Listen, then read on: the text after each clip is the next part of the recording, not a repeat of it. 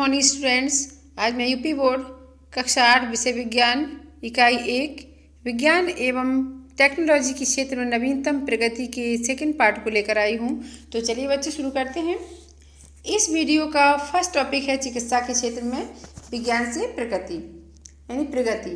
तो देखते हैं पहले क्या था। चिकित्सालयों में आधुनिक मशीनों जैसे स्कैनर, एक्सरे, इंडोस्कोप आदि का प्रयोग रोगों की जांच के लिए किया जाता था, परंतु वर्तमान समय में बढ़ती हुई घातक बीमारियों से बचने एवं रोकथाम के लिए यह व्यवस्था पर्याप्त नहीं थी। अतः आधुनिक चिकित्सा पद्धति के अंतर्गत निदान मूलक एवं उपचार मूलक तकनीकी का प्रयोग हुआ। ये निदान मूलक एवं उपचार मूलक तकनीकी है रेडियोग्राफी, एंजियोग्राफी, कंप्यूटेड टोमोग्राफी यानी सीटी, magnetic resonance imaging MRI, sonography आदि। अब रेडियोग्राफी क्या होता है बच्चों? रेडियोग्राफी मानव शरीर के अंगों को देखने का साधन है। रेडियोग्राफी एक इमेजिंग टेक्निक है जो किसी वस्तु के आंतरिक रूप को देखने के लिए एक्सरे या गामा रेस का यूज करती है। नेक्स्ट है एंजियोग्राफी। अब एंजियोग्राफी क्या होता है बच्चों?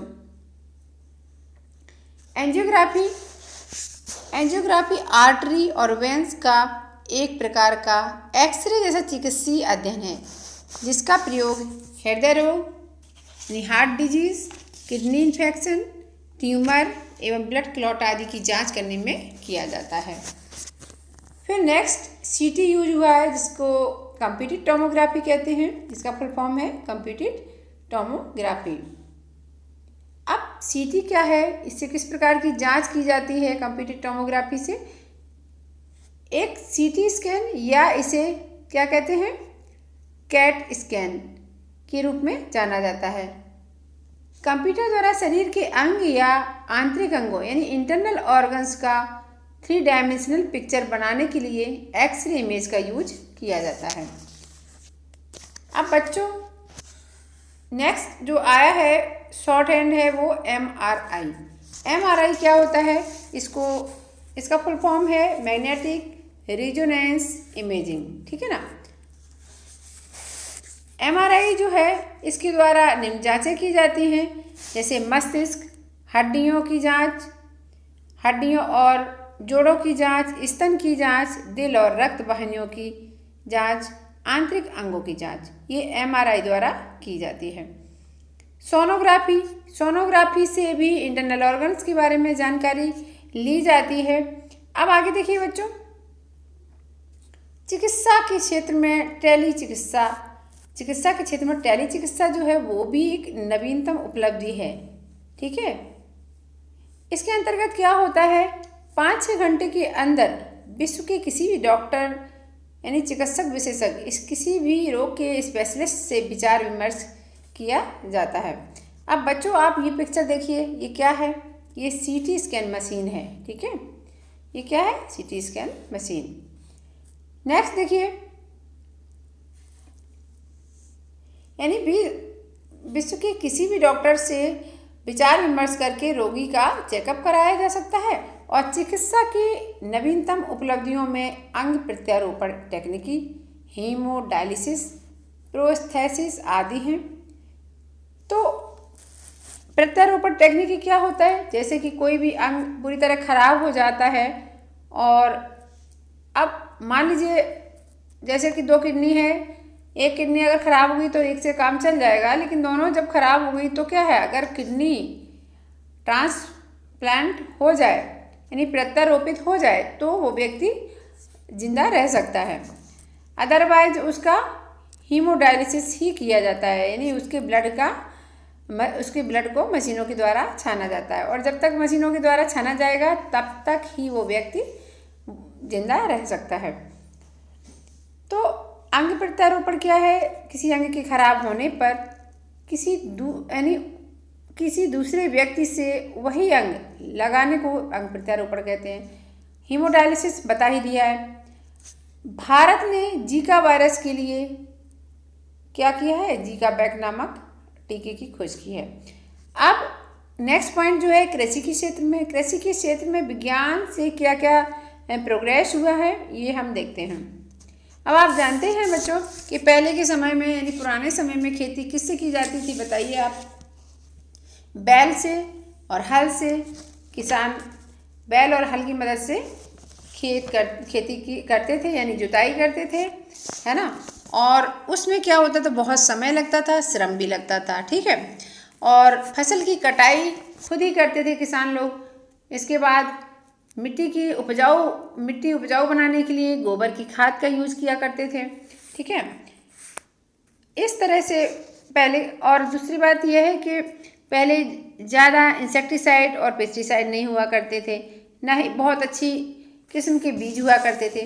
तो लेकिन अब विज्ञान की टेक्नोलॉजी ने क्या किया है? अब जो पहले खेती हुआ करती थी बैल और हल से, अब वो होने लगी ट्रैक्टर से, ठीक है। ट्रैक्टर से क्या होता है? समय और श्रम की बचत होती है। और जो मिट्टी का उपजाऊपन आजकल यूरिया सुपर फास्फेट से की जाती है। तरह तरह के पेस्टिसाइड यानी जो फसल में कीड़े लग जाते हैं उन कीड़ों को ख़त्म करने के लिए पेस्टिसाइड इंसेक्टिसाइड का यूज़ किया जाता है। इसके अलावा उत्तम क्वालिटी के बीज, ठीक है। और फसल की कटाई यानी जब फसल पक जाती है तो कटाई के लिए तरह तरह की मशीनें आ गई, हार्वेस्टर आ गया। जैसे खड़ी खड़ी फसल में ऊपर की फसल को काट लेते हैं, ठीक है। और इसके बाद में थ्रेसर भी ग्रेन और भूसा बनाने के लिए फसल से ग्रेन और भूसा बनाने के लिए थ्रेसर हो गए। थ्रेसर क्या है? बहुत कम समय में काम खत्म कर देते हैं, है ना। तो ये क्या है? विज्ञान और टेक्नोलॉजी से ही पॉसिबल हो पाया है। तो वही है कि आधुनिक युग में कृषि के आधुनिक उपकरणों यानी उन्नतशील बीजों, उर्वरकों, पर्याप्त सिंचाई के साधनों के प्रयोग से कृषि उपज बढ़ाने में पर्याप्त सफलता मिली। यानी न्यू विज्ञान की टेक्नोलॉजी से कृषि उपज बढ़ाने में बहुत ही सफलता मिली है। कृषि एवं खाद्यान्न के क्षेत्र में हरित क्रांति, पीली क्रांति, भूरी क्रांति आदि विभिन्न योजनाओं के द्वारा क्रांतिकारी सफलता प्राप्त हुई है। ये देखिए, आप देख रहे हैं ये पिक्चर किसकी है? ये हार्वेस्टर है ना। कृषि के आधुनिक साधन है ये हार्वेस्टर। इसके अलावा आगे हम देखते हैं क्या है। अभिनव कृषि के अंतर्गत जैव पीड़क कीट नियंत्रण विधि एवं नाइट्रीकरण निरोधक का प्रयोग हो रहा है। कृषि के क्षेत्र में सौर ऊर्जा के प्रयोग को बढ़ावा दिया जा रहा है। जल की उपलब्धता का अभाव है। जहाँ पर जल की कमी है वहाँ छिड़काव तंत्र या ड्रिप तंत्र विधि का प्रयोग होता है।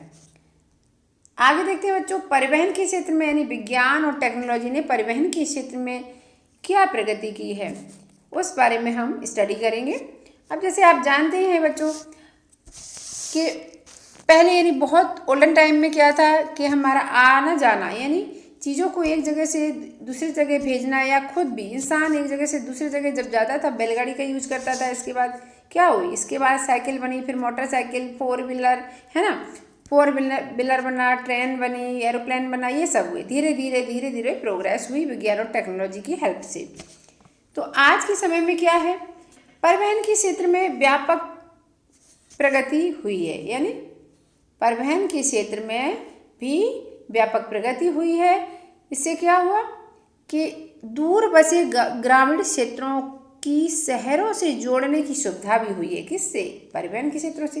परिवहन के क्षेत्र में प्रगति के कारण दिनों में यानी परिवहन के क्षेत्र में प्रोग्रेस के कारण जो यात्रा को करने में बहुत दिन लग जाते थे वो कुछ घंटों में ही पूरी हो जाती है।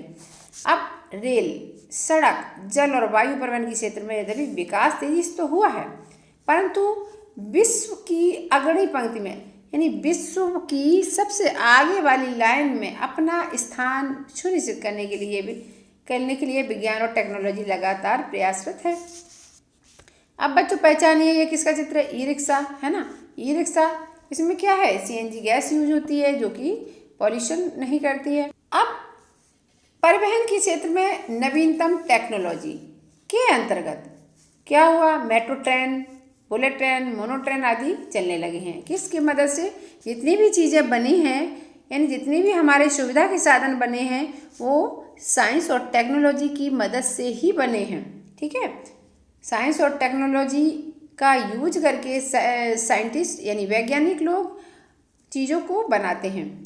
पर्यावरण को प्रदूषण होने से बचाने के लिए ई रिक्शा, जो कि सीएनजी गाड़ियों को प्रयोग को बढ़ावा दिया गया, यानी एटमॉस्फेयर को गंदा यानी प्रदूषित होने से बचाने के लिए ई रिक्शा का यूज और सीएनजी गाड़ियों का प्रयोग हो रहा है या प्रयोग पर बढ़ावा दिया जा रहा है। रेलों की स्पीड बढ़ाकर रेल यातायात को नवीन रूप देने का प्रयास किया जा रहा है। अब आप पहचानिए इन्हें जरा, इन पिक्चर्स को पहचानिए। ये कौन सी ट्रेन है? मेट्रो ट्रेन, ठीक है, और ये बुलेट ट्रेन है। आगे देखते हैं बच्चों, विनिर्माण के क्षेत्र में विज्ञान की मदद से विनिर्माण के क्षेत्र में भी प्रोग्रेस हुई है, प्रगति हुई है। अब विनिर्माण क्या है? कच्चे माल से, देखिए जो भी इसमें लिखा है हर लाइन इम्पोर्टेंट नहीं होती है, जो इम्पोर्टेंट है वो मैं आपको बता रही हूँ। विनिर्माण क्या है? इसकी परिभाषा देखिए, कच्चे माल को मूल्यवान उत्पाद में परिवर्तित कर अधिक मात्रा में वस्तुओं के उत्पादन को विनिर्माण या वस्तु निर्माण कहते हैं। ये होगी परिभाषा विनिर्माण की, यानी कच्चे माल से अधिक मात्रा में कीमती वस्तुओं के प्रोडक्शन को विनिर्माण कहते हैं। अब विनिर्माण के अंतर्गत क्या क्या है? जैसे हस्तकला से लेकर उच्च तकनीकी तक की बहुत सी मानवीय गतिविधियाँ आ जाती हैं, किंतु इसका उपयोग औद्योगिक उत्पादन के अर्थ में किया जाता है, जिसमें कच्चा माल बड़े पैमाने पर तैयार माल में बदला जाता है। यानी औद्योगिक स्तर पर विनिर्माण जो है बड़ी बड़ी औद्योगिक स्तर पर फैक्ट्री लेवल पर किया जाता है, जिसमें कच्चे माल से अधिक मात्रा में कच्चे माल से अधिक मात्रा में प्रोडक्शन होता है। अब क्या है, एक तो विनिर्माण से क्या होता है, रोजगार भी बढ़ता है, यानी लोगों को रोजगार मिलता है। ठीक है, अब विनिर्माण के क्षेत्र में किसी भी अर्थव्यवस्था की संपन्नता का जनक होता है। यानी ये तो ठीक है, इतना ही आपका ये जो है ये लाइन इम्पोर्टेंट है। और विनिर्माण की डेफिनेशन, ठीक है, यहाँ से ये इसका उपयोग औद्योगिक उत्पादन के अर्थ में किया जाता है। इसके अलावा है आपकी जो नीचे दी लाइन, वो है विनिर्माण क्षेत्र में रोजगार सृजन को बढ़ावा देने में काफ़ी हद तक सफल रहा। ये हो गई, ये इंपॉर्टेंट लाइन है। बाकी तो क्या, अब आप देखिए विनिर्माण में ये फैक्ट्रीज में वर्क हो रहा है ना, चीज़ों का प्रोडक्शन हो रहा है। इसके अलावा यहाँ पर देखिए ये हस्तकला के माध्यम से चीज़ें बना रहे हैं। ठीक है, आगे देखिए, आगे क्या है, उद्योग के क्षेत्र में क्या है, पहले देश में क्या था, पहले देश में उद्योग धंधे बहुत कम थे, यानी पहले देश में फैक्ट्रीज बहुत कम थी। ठीक है, फैक्ट्रीज कम थी, किंतु आज हमारा देश औद्योगिक क्षेत्र में बहुत तरक्की कर चुका है। आज हमारे देश में बहुत सारी फैक्ट्रीज हैं। ठीक है, अब फैक्ट्रीज हैं तो क्या होगा, लोगों को एक तो अच्छी चीज़ें हमें कम दाम पर मिल जाएंगी, आसानी से उपलब्ध हो जाएंगी, और फैक्ट्रीज से लोगों को रोजगार भी मिलता है। ठीक है, जिससे वो अपने दिनचर्या को अच्छे से चला सकते हैं, यानी अपने जीवन को अच्छे से गुजार सकते हैं। ठीक है, और आगे है कि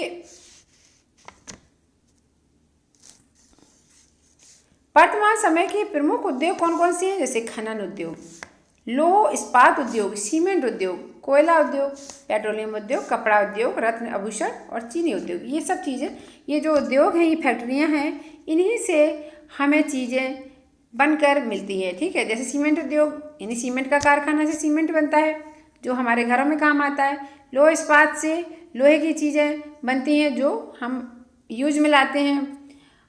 कोयला उद्योग से कोयला आता है, पेट्रोलियम से पेट्रोलियम आता है, और जिससे बहुत सारे फॉसिल फ्यूल तैयार किए जाते हैं। कपड़ा उद्योग से कपड़े बनते हैं, आभूषण उद्योग से आभूषण गहने बनते हैं और चीनी उद्योग से चीनी। अब देखिए ये पिक्चर क्या है, पेपर मिल। ये जो दिए पेपर, यहाँ पेपर बनता है। ये बड़ा कारखाना क्या होता है, बड़े पैमाने पे बहुत बड़ा क्षेत्र होता है जहाँ पर मशीनों की सहायता से चीज़ों को तैयार किया जाता है। उसे क्या हम बोलते हैं, फैक्ट्री या कारखाना। ठीक है, ये मथुरा रिफाइनरी है ना। आगे देखते हैं बच्चों, ये देखिए बेल्को, हिंडाल्को, नाल्को आदि एल्युमिनियम उद्योग के कारखाने हैं, और ONGC और ऑयल पेट्रोलियम उद्योग के कारखाने हैं। ठीक है, अब इनका फुल फॉर्म देख लेते हैं। नाल्को का है national aluminium company limited. ONGC क्या है, ONGC oil and natural gas corporation. ठीक है, ऑयल इंडिया लिमिटेड इसका फुल फॉर्म है। ठीक है, इन इंडिया यानी मेक इन इंडिया योजना को शुरू किया गया, यानी मेक इन इंडिया योजना को शुरू किया गया। ठीक है, और इसके तहत विदेशों के कई निवेशकों को भारत में विभिन्न व्यवसायों में पैसा इन्वेस्ट करने के लिए एक अवसर उपलब्ध कराया जा रहा है। ठीक है, भारत में बने हुए उद्योगों के लिए राष्ट्रीय और अंतर्राष्ट्रीय स्तर पर घरेलू कंपनी के साथ ही बहुउद्देशीय कंपनियों को अवसर देने का लगातार प्रयास किया जा रहा है।